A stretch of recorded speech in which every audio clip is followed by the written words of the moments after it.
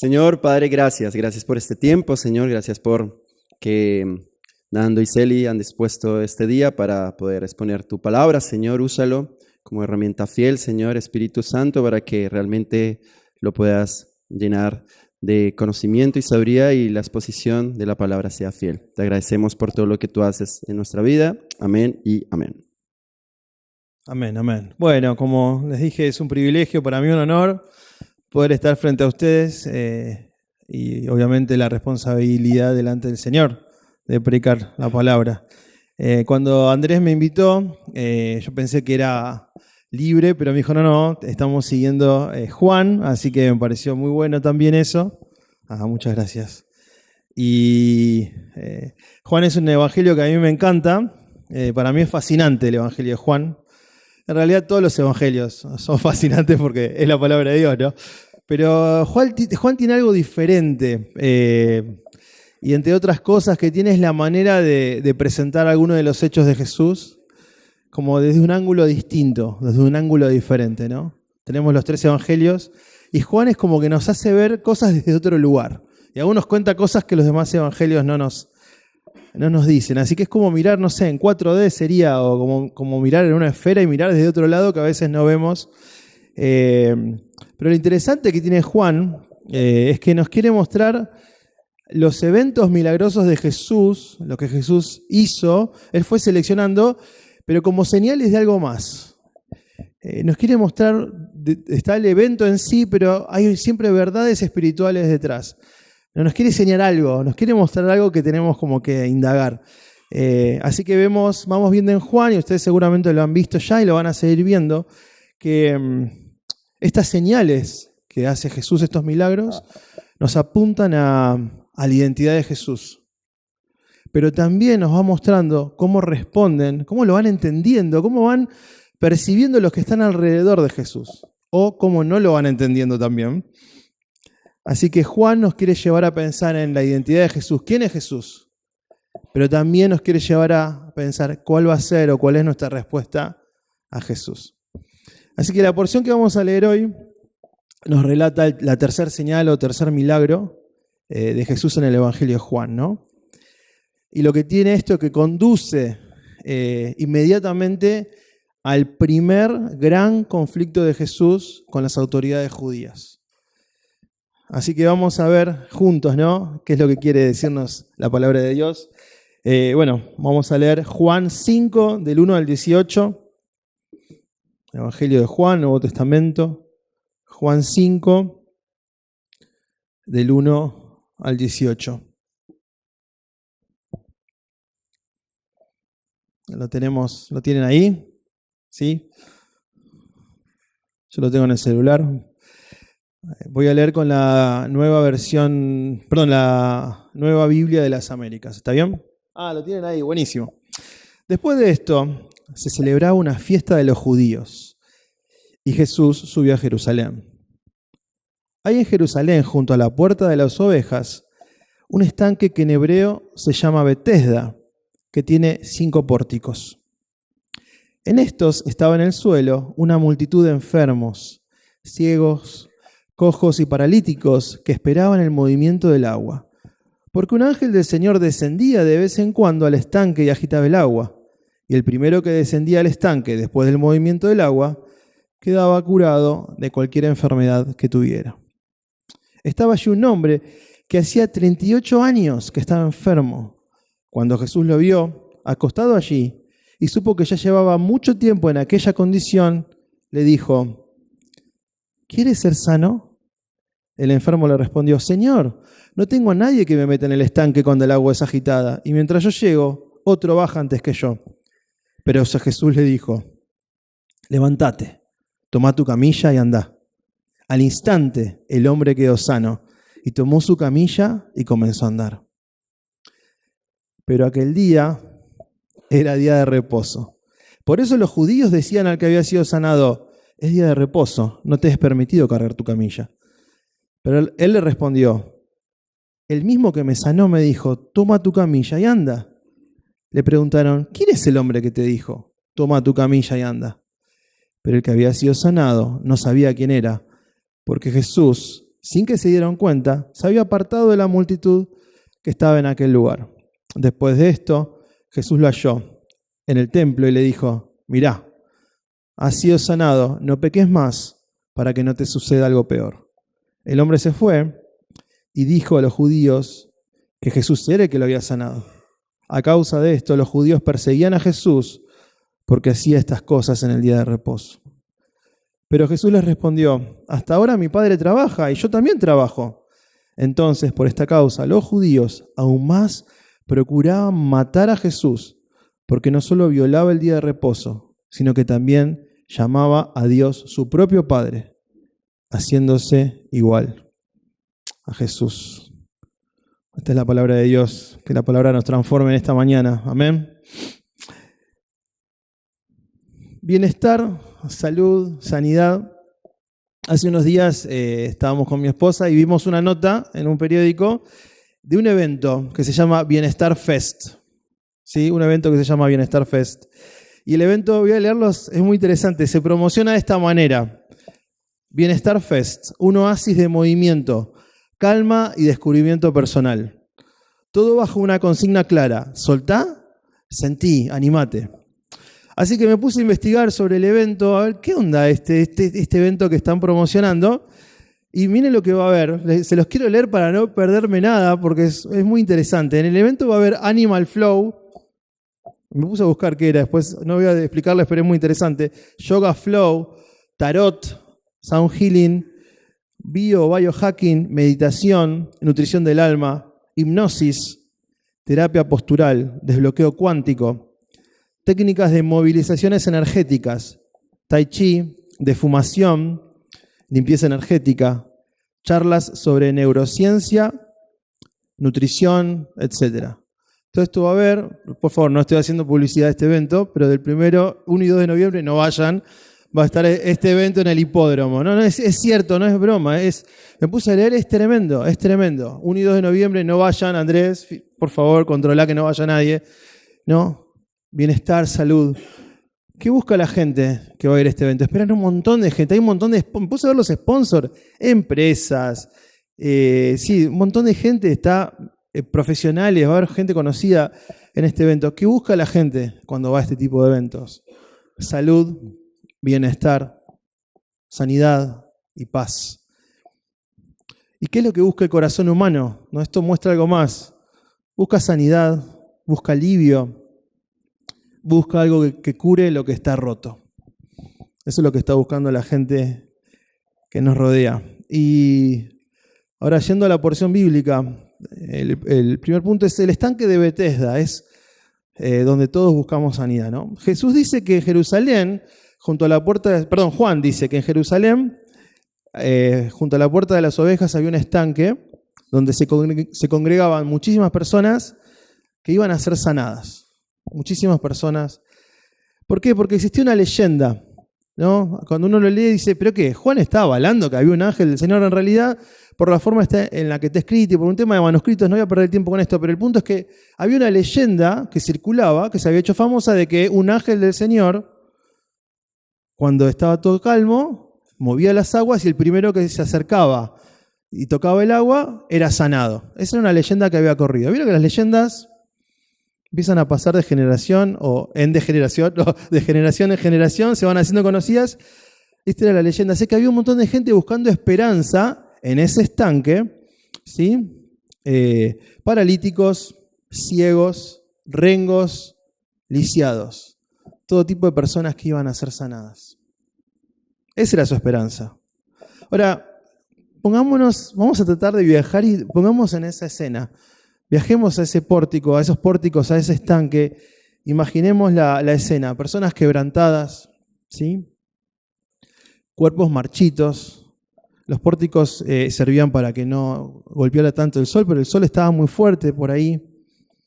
Seguramente había gente demacrada, mal olor. ¿No? Estuve leyendo y en esas épocas había falta de control, para la gente que estaba mal, control de esfínteres, olor de todo tipo, no sé si habría ratas o no, de todo había. Pero también había tristeza, había impotencia y había sufrimiento. Esa gente estaba triste, impotente, sufriendo. Pero los que estaban en el estanque buscaban la sanidad y podríamos pensar, buscaban la salvación en el lugar equivocado. Tenían la creencia equivocada. Pero ¿saben qué? No es muy distinto a lo que pasa hoy en día. ¿Qué buscamos hoy en el siglo XXI? Buscamos estos festivales que son nuestros estanques. ¿O qué más? Buscamos también en la autoayuda, en el psicólogo, en el fitness, en el éxito financiero. Ahora no estoy diciendo que esté mal tener una buena salud. No estoy diciendo que está mal querer mejorar nuestra administración financiera. Simplemente es que ponemos nuestra fe, nuestra esperanza en esas cosas. También buscamos nuestra esperanza en distintos tipos de religión. En definitiva, buscamos distintos tipos de estanques y queremos buscar aquello que nos traiga alivio, el alivio que tanto necesitamos. Y pensamos lo siguiente, si somos honestos, pensamos muchas veces lo siguiente: si tan solo lograra alcanzar esto, si tan solo llegara a esta meta, si tan solo pudiera tener esto, ahora sí estaría bien. Si tan solo llegara a tal cosa, si tan solo, ahora sí estaría bien. Pero en el fondo, muy en el fondo, estos estanques modernos nos ofrecen una solución que siempre depende de nuestro esfuerzo, de nuestra técnica, de nuestro yo. ¿Sí? Es una fe en la autosuficiencia y es una creencia que podremos curarnos a nosotros mismos si encontramos el método correcto. Ahora en el versículo 5, Juan resalta que había una persona especial. Una persona especial. Había un montón de personas. Todas eran especiales, ya lo sabemos, pero Juan hace foco, las luces están en una persona especial. Un hombre que había estado lisiado o paralítico, no sabemos muy bien cuál era su dolencia, pero vamos a decirle paralítico, por 38 años. 38 años, y nunca había llegado a este estanque a tiempo cuando se agitaban las aguas. 38 años paralítico. Imagínense, 38 años. ¿Saben? 38 años es casi el tiempo que estuvo Israel vagando por el desierto para llegar a la tierra prometida. 38 años, 40 años era prácticamente la expectativa de vida de los hombres de esa época. Así que no sabemos qué edad tenía, pero probablemente toda su vida había estado paralítico. O sea, su necesidad venía de larga data y ya no podía caminar. Así que, así como este hombre que llevaba 38 años, o prácticamente toda su vida, intentando llegar al agua y fallando, así estamos muchos de nosotros. El paralítico, quería ser sano, pero no podía llegar. ¿Saben qué? Él representa nuestra incapacidad radical que tenemos de salvarnos a nosotros mismos. Podemos querer, podemos anhelar, podemos esperar tener paz o sanidad, pero ¿saben qué? El pecado nos ha dejado lisiados espiritualmente, incapaces de levantarnos por nosotros mismos o de llegar a Dios por nuestra cuenta. Obviamente en otras partes de la Biblia no nos llama solo lisiados, nos dice muertos en delitos y pecados, ¿no? Así que lisiados, paralíticos, muertos. Así que vemos que en todas las épocas, tanto en la época de Jesús, cuando Jesús estaba acá con nosotros, como actualmente, las personas necesitan, y todos necesitamos, sanidad y salvación. Pero como pasaba en esa época, y como ocurre ahora, las aguas de Betesda eran incapaces e ineficaces de salvar. Pese a sus virtudes, no pueden hacer el milagro de la salvación. Así que yo me pregunto y te pregunto en esta mañana, ¿a qué estanque estás yendo para calmar tu vida? Pensalo, no me respondas, pensalo para vos. ¿En qué agua o a qué agua estás yendo para depositar tus esperanzas?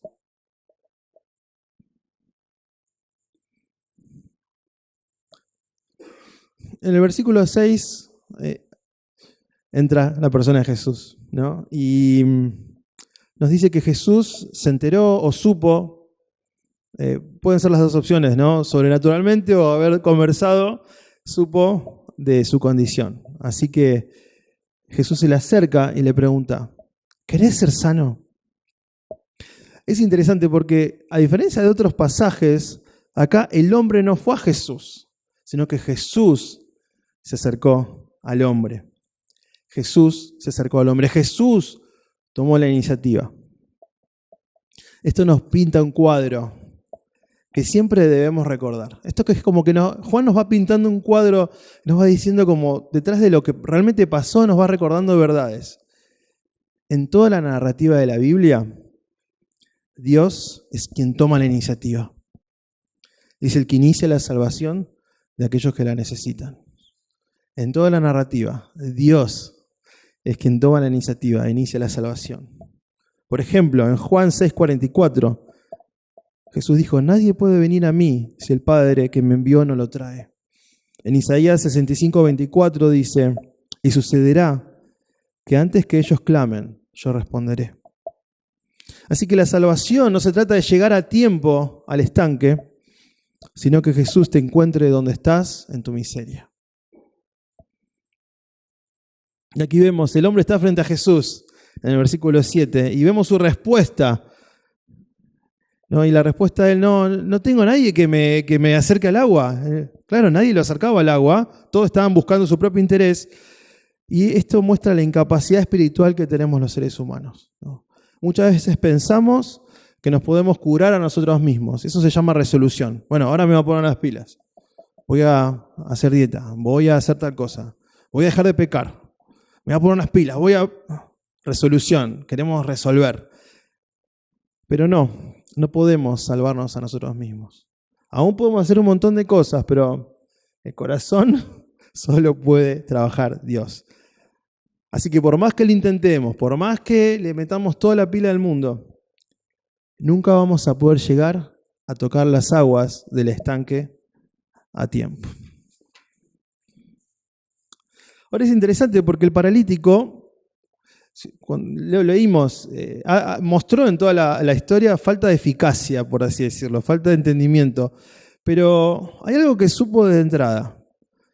Y eso lo pone en una posición un poco mejor. Dice, él quería ser sanado, pero él sabía que no podía curarse a sí mismo. Él sabía. ¿Cuánta gente todavía sigue pensando? Y muchas veces nosotros que nos podemos curar a nosotros mismos. Saben que no podemos salvarnos a nosotros mismos. Como muestra el versículo 8, necesitamos de la intervención de Dios. Me encanta cuando Jesús le da la orden. En el idioma original está en imperativo, es orden. Digamos, no es que le dice, bueno, fíjate, intentalo, ¿no? Probá, a ver qué onda. No. Arriba, levántate, camina. No sé si con ese tono, ¿está bien? Pero él dio la orden e inmediatamente esta persona se levantó y fue sanado. ¿Por qué? Porque la sanidad no dependió del esfuerzo del paralítico, sino de la palabra creadora y eficaz de Jesús, que fue como la palabra creadora de Dios, ¿no? Dios pronunció y se llevó a cabo. Recordamos Génesis, Dios dijo, sea la luz, y fue la luz. Y acá Jesús dice, levántate, y se levantó. Porque ¿saben qué? Juan nos quiere hacer recordar también que la gracia de Dios trae consigo el poder para obedecer. La gracia de Dios trae consigo el poder para obedecer. Y esto es una parte del Evangelio de la Gracia. Dios nos da la capacidad que nos manda a tener. Es buenísimo. Qué bueno que es Dios. Alabado sea Dios. Nos da la capacidad que nos manda tener. Nos la da, nos la regala. Qué hermoso retrato del Evangelio. Me encanta esta historia. Jesús no nos dice, esforzate para llegar al agua. Él te dice, yo he llegado a vos. Él no dice, esforzate más. Dice, bueno, dale y te vas a levantar. Si tan solo fueras bueno, te levantarías. No. Él dice, levántate, porque mi palabra te da el poder de levantarte. Cuando leo esta historia, siempre me hago una pregunta. En este tipo de historias, tal vez ustedes hacen la misma. Es, ¿por qué lo sanó Jesús? O sea, ¿qué vio en él Jesús? ¿Por qué sanó a ese hombre y no a otros? Por lo menos en esta historia, no dice que Jesús se fue. O sea, solo lo sanó a él. Al menos en ese momento, en esa historia, ¿no? Cuando digo historia, es una historia verdadera, ¿eh? Esto ocurrió, ¿no? El estanque fue encontrado por los arqueólogos. Esto es un detalle. Por muchos años, los historiadores contrarios al Evangelio criticaban y decían, Juan es la muestra de que esto es mentira, porque nunca se encontraba ese estanque.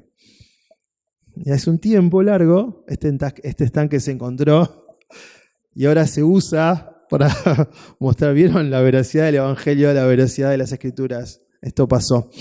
Pero eso es un detalle de color nada más. Pero la pregunta es, ¿por qué lo sanó a él? ¿Qué vio Jesús en él? ¿Por qué lo sanó a él y no a otros?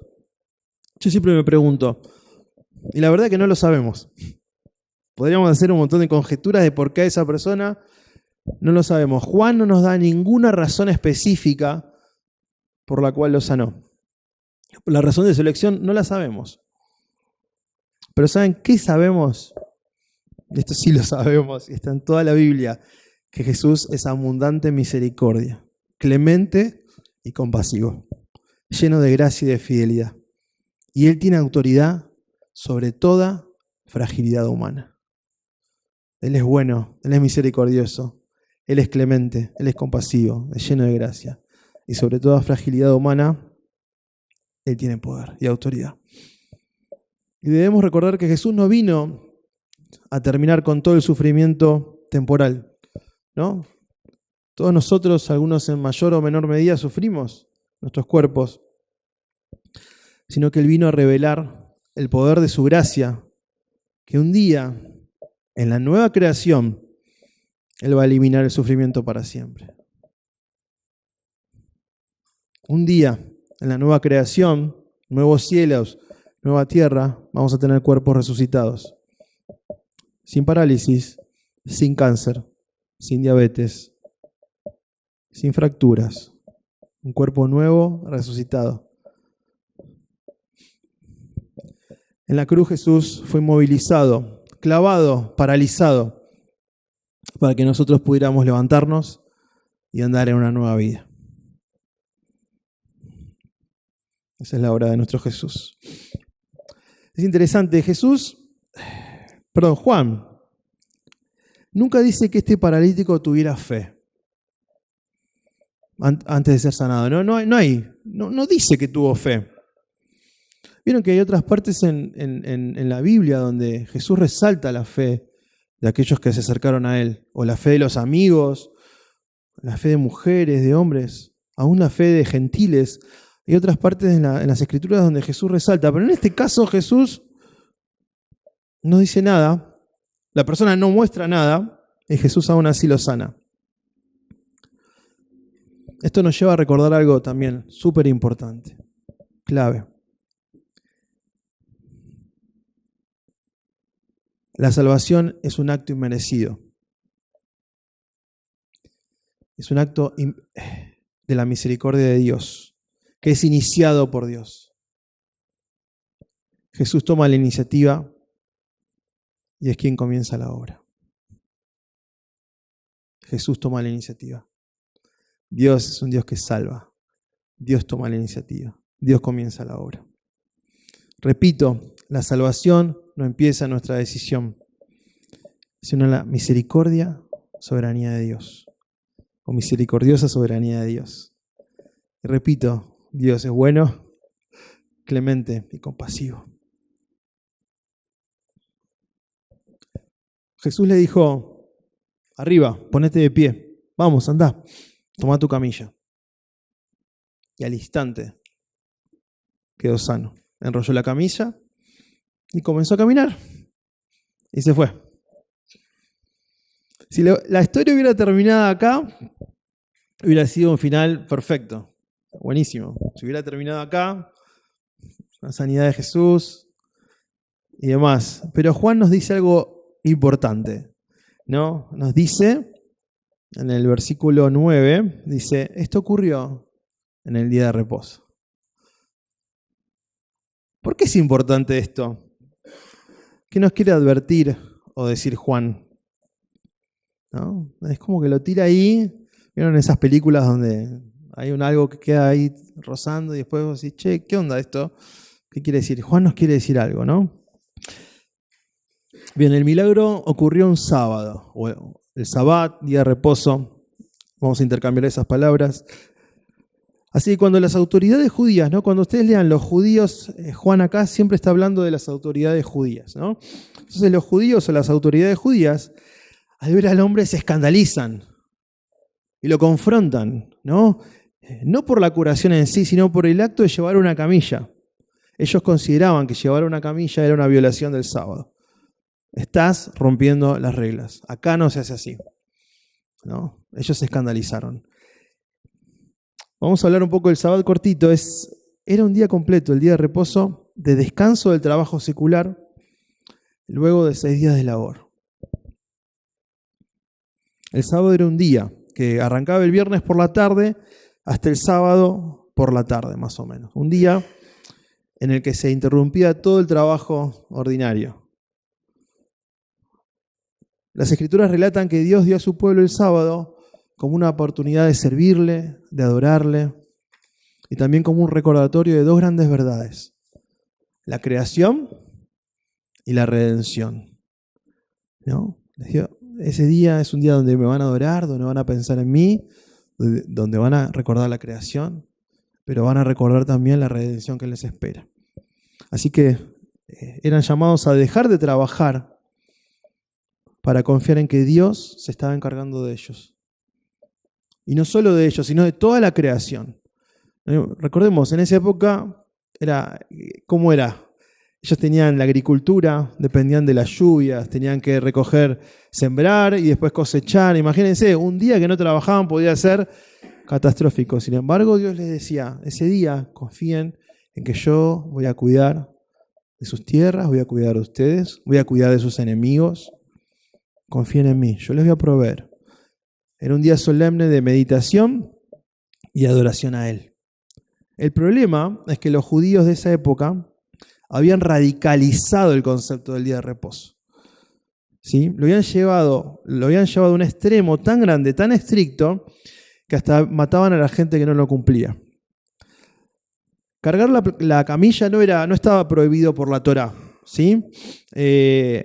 Pero ¿qué pasa? Los líderes judíos habían creado tradiciones orales porque de alguna manera entendían que tenían que especificar mucho más, que se trataba de no trabajar, y habían creado 39 formas en las cuales se podía quebrar el mandamiento de la Torá, de descansar. Así que imagínense, justo una de las 39, ¿cuál era?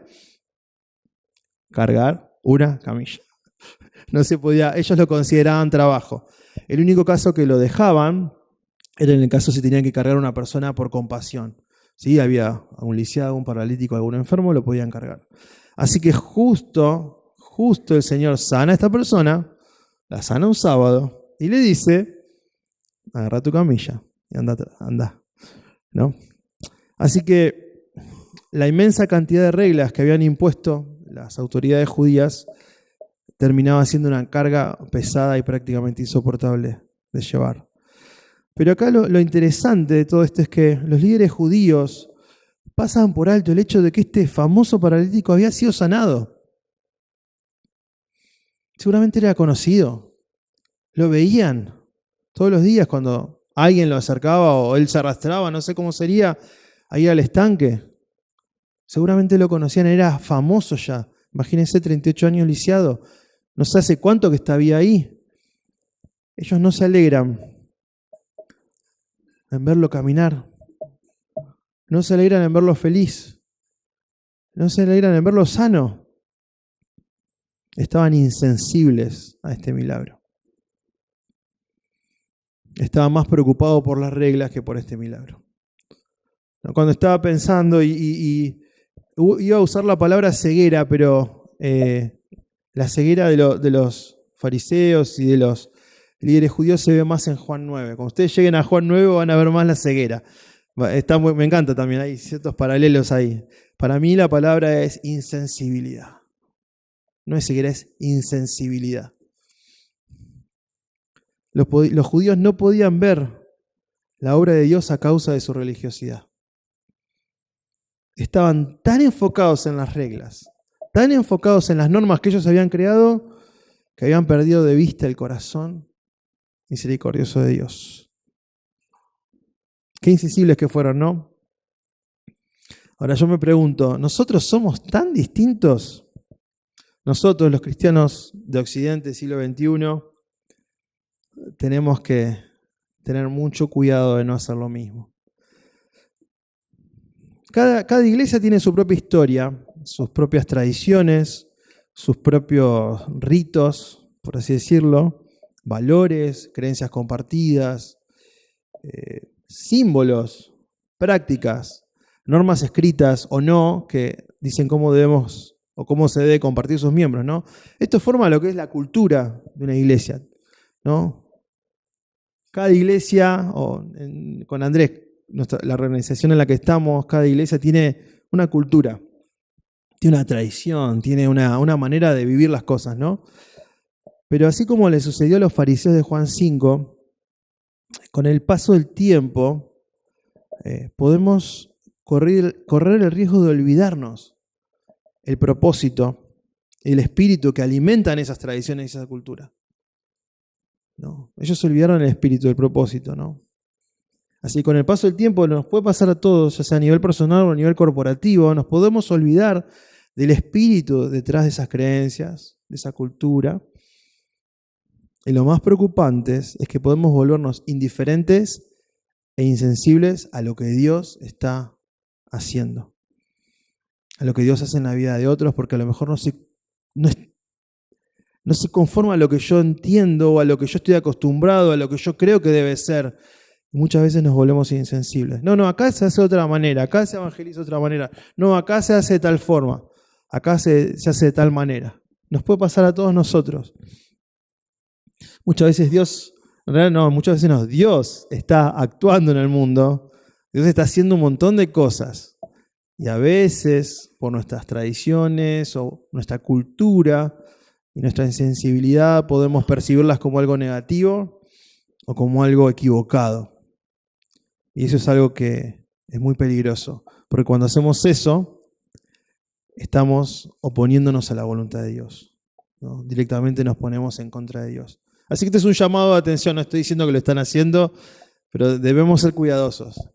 Debemos ser cuidadosos que nuestra cultura y nuestras creencias en común hayan perdido el espíritu y nos lleven a oponernos a lo que Dios está haciendo. En el versículo 14, acá hay un insert también muy lindo que hace Juan. Y no voy a entrar mucho en esto, pero es súper interesante. Dice, Jesús se lo vuelve a encontrar, ¿no? Jesús se había ido, lo vuelve a encontrar en Jerusalén. Y le dice, mirá, ya estás sano, no peques más, para que no te suceda algo peor. Así que este versículo 14 nos deja algunas reflexiones sobre el pecado, o algunas enseñanzas. Lo voy a decir de manera cortita. La enfermedad no necesariamente está ligada al pecado, ¿sí?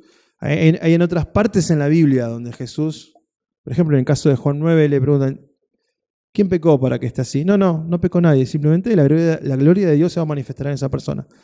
Pero en este caso particular, todo indica que sí, que el pecado, había algún pecado o una serie de pecados que había cometido esta persona que lo habían dejado en esa situación. ¿Sí? Pero también podemos pensar que Jesús le está advirtiendo sobre algo más grande, ¿no? Jesús vincula la sanidad física de esta persona con un llamado a la santidad espiritual y al arrepentimiento, sugiriendo que lo peor podía ser el juicio eterno de Dios, que lo podía activar en ese mismo momento o en esos años o en el final de los tiempos, ¿no? El juicio eterno de Dios. una obra que solo Jesús puede impedir, ¿no? Cuando Jesús justifica a las personas. Así que cuando leo esto del pecado, deja de pecar, no peques más, puede venir algo peor. No puedo dejar de pensar en las enseñanzas de John Owen, un puritano inglés, y él hablaba de mortificar el pecado remanente que habita en nosotros, ¿no?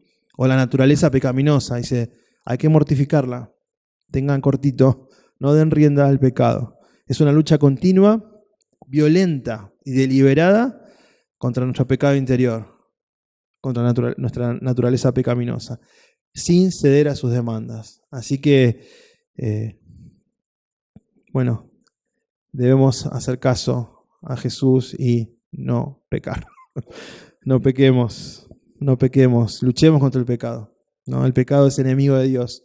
El pecado a la vez nos insensibiliza, el pecado nos estupidiza, el pecado nos pone en contra de Dios. Luchemos contra el pecado.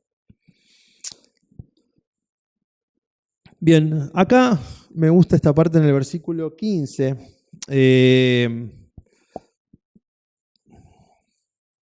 Sí. Yo no sé si fue por torpeza, miedo a los judíos o por traición directa. Juan no lo especifica. Pero el paralítico, que en el versículo 13 dice no saber quién era Jesús, en el 15 él va a buscar a los líderes judíos y les dice que era Jesús el que lo había sanado. La verdad no sabemos del corazón de esta persona, por qué lo hizo. No lo sabemos, Juan no lo dice. Pero sí lo que vemos es que pese a la sanidad, pese a la compasión y la gracia de Jesús, esta persona parece ser un hombre débil y sin convicciones espirituales. No vemos que se haya arrodillado delante de Jesús, no vemos que haya una expresión de nuevo nacimiento, por así decirlo, no vemos que se haya vuelto un seguidor de Jesús, no vemos que haya expresado un agradecimiento y Jesús te quiero seguir. En otros lados lo vemos, acá no lo vemos. Así que no sabemos tampoco, no vamos a decir nada. Pero sí es importante recordar que uno puede recibir un milagro de Jesús, pero aún así no someterse a su señorío.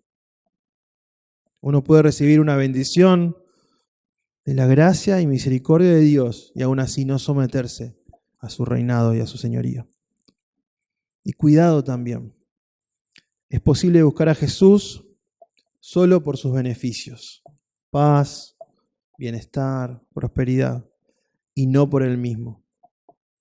Eso no es salvación, es autoayuda religiosa. ¿No? Seamos cuidadosos. Bien, ya vamos de a poquito aterrizando y vamos con el punto 4. Y esta es una parte súper importante de la narrativa de Juan. Y es cómo Jesús, lo que Jesús les dice a los líderes religiosos, ¿no? Los milagros de Jesús, como dije antes, eran una señal. Pero en este caso no solo de la compasión de Jesús y de su poder, sino también eran una señal de la llegada del reino mesiánico prometido. ¿No? Los judíos esperaban la llegada del reino y había señales y esta era una de ellas. Les voy a leer, esperen que lo busco, no lo tengo en mis apuntes, Isaías 35, 5 al 6.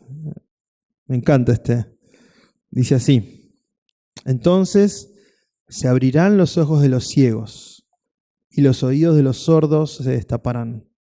El cojo entonces saltará como un ciervo y la lengua del mudo gritará de júbilo, porque aguas brotarán en el desierto y arroyos en el Arabá. Así que los milagros de Jesús no solo apuntaban a quién era, al poder de Jesús, no, y no solo apuntaban a su misericordia, a su compasión, su gracia, sino también anunciaban la llegada del reino de los cielos en la persona de Jesús. Y el Sabbat era una señal también, una señal que apuntaba a un futuro prometido, el descanso definitivo y la llegada de la nueva creación. Y esto era todo lo que la palabra de Dios en el Antiguo Testamento le venía prometiendo al pueblo de Israel. Pero desde el momento en que los líderes se notifican de quién es el autor, cuando se enteran que era Jesús, salen a su encuentro. Y ya el centro del conflicto no es el paralítico, ya no es lo que hizo, lo que no hizo, lo que debió hacer, sino que el conflicto es el mismo Jesús. Los fariseos, que debían regocijarse, que deberían alegrarse del cambio del ex paralítico, ahora ex paralítico, ¿no? No lo hicieron, no se regocijaron, no se alegraron. Pero lo peor de todo, ¿saben qué es? Es que tampoco se detuvieron a pensar en el poder de Jesús y quién era Él, quién hace estas cosas, y en las promesas de las Escrituras de la venida del reino de Dios. No se pusieron a pensar en nada de eso. Así que cuando los judíos le piden a Jesús explicaciones, ¿por qué haces esto? Jesús no les dice, miren, ustedes están equivocados.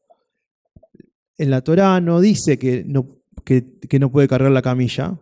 No le dice, están equivocados, sus 39 tradiciones están mal, ¿por qué no van, las revisan y después vienen a hablar conmigo? No, miren, no se defiende Jesús. ¿Saben qué les dice? Mi Padre. No dice nuestro Padre, dice mi Padre, enfático. Sería el Padre mío, mi papá, mi Padre. Trabaja y yo trabajo. Se puso picante la cosa, dirían algunos, ¿no? En esa época, el consenso entre los rabinos era que Dios trabajaba continuamente. Porque el universo le pertenece, Dios no descansa. El universo es de Él, Dios sostiene el universo. Cuando sale el sol, es porque Dios lo sostiene y hace que salga el sol. Cuando vemos las montañas, vemos los árboles, vemos las cosechas, todo eso lo hace Dios. Dios sostiene el universo. Si Dios no descansa de sostener el universo, ¿no? Y ahí vemos su providencia, ni de hacer el bien, su misericordia, Jesús, al decir yo también trabajo, está haciendo algo que solo Dios puede hacer. Él está reclamando que Él es el Señor del sábado, que Él está por encima de la ley. Y también está diciéndoles y está reclamando que Él tiene una relación única con el Padre. Es como si Él les dijera, yo tengo la misma naturaleza, el mismo derecho y la misma autoridad que mi Padre. Así que los judíos lo entendieron perfectamente.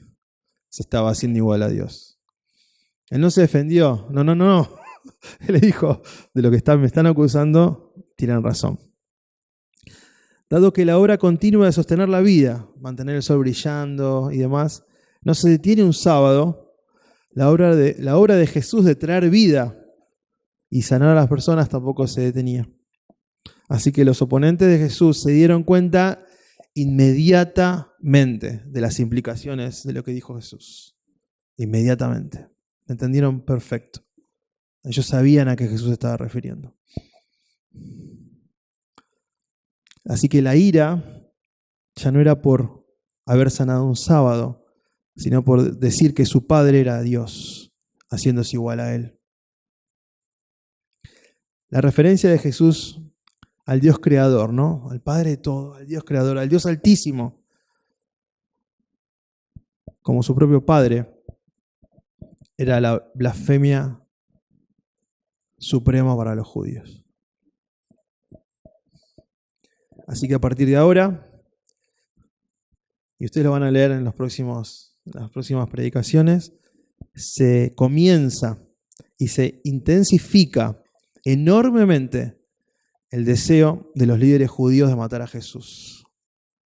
Y a partir de Juan 5, Jesús se sienta en el banquillo de los acusados. Si cuando ustedes lean todo lo que sigue, Jesús siendo acusado, Jesús siendo acusado, Jesús siendo acusado.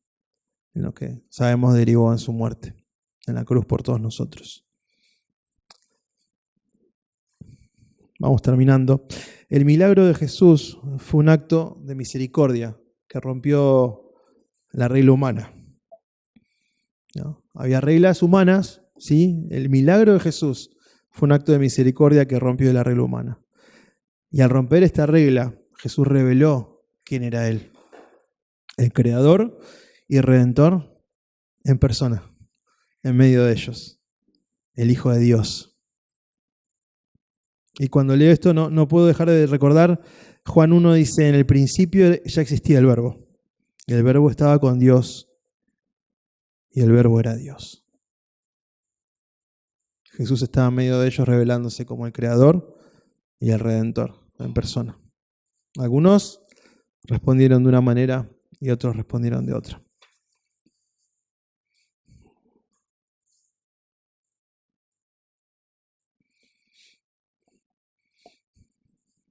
Así que vamos, para concluir, Jesús elige deliberadamente sanar un día sábado, un día de reposo. No fue casualidad, Él deliberadamente decide sanar el día de reposo y decirle al paralítico, toma tu camilla y anda. Así que Jesús no solo estaba desafiando una regla, sino que estaba proclamando simbólicamente que el futuro a que apuntaba el Sabbat ya había llegado en su propia persona. Porque Jesús es el Sabbat. El Sabbat fue dado para señalar un descanso definitivo, la llegada de la nueva creación, el descanso mesiánico prometido, la llegada del reino de Dios. Así que si Jesús es el Sabbat, esto lo cambia todo.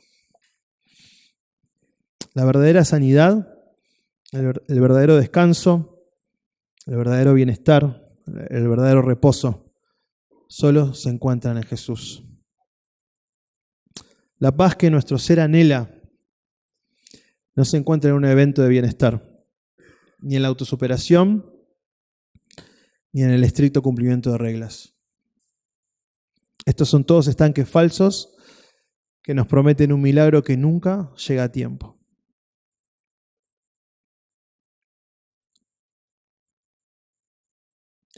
Si estás cansado, paralizado por tus heridas,